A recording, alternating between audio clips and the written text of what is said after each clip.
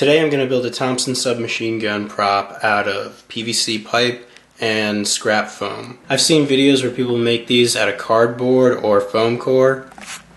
That stuff. I'm just using linking foam mats because foam core bends over time and I have so much scrap foam. The first thing I did was measure where I wanted to cut on the PVC for the barrel. Now I don't actually want to cut right here. I'm just measuring where the end of the barrel meets the body of the gun. You also don't want to cut the barrel too short because it supports the inside of the gun. I forgot my hacksaw. So now I gotta use a Dremel.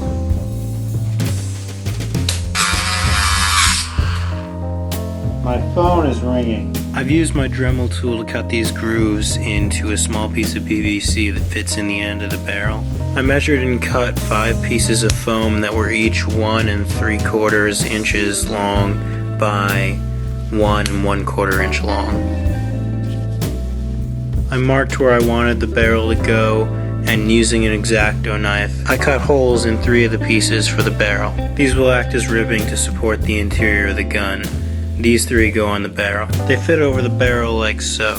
I cut these 2 strips of foam that are each 6 inches long by 1.25 inches wide. Why didn't I just say 1 1/4? That would have been way easier. These are going to make the back of the main body of the gun. But basically the overall length of this gun is going to be 33.5 inches. The barrel is 12 inches.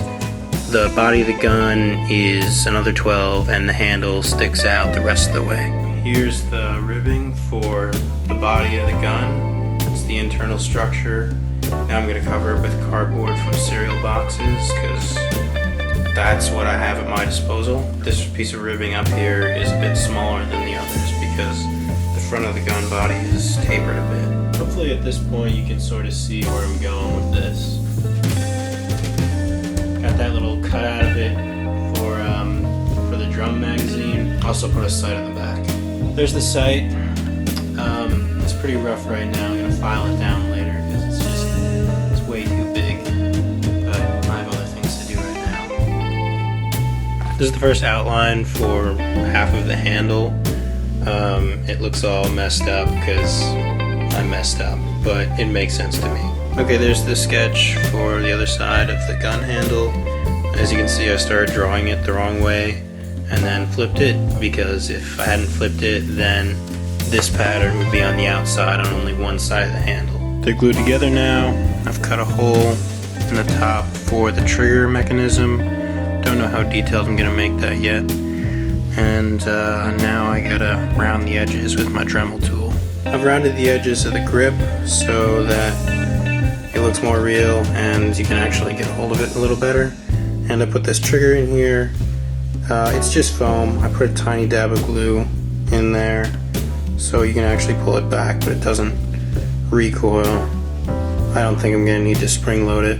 I've attached the main handle to the body of the gun. I've cut out the templates for the shoulder stock back there. So I've glued the pieces of the shoulder stock together.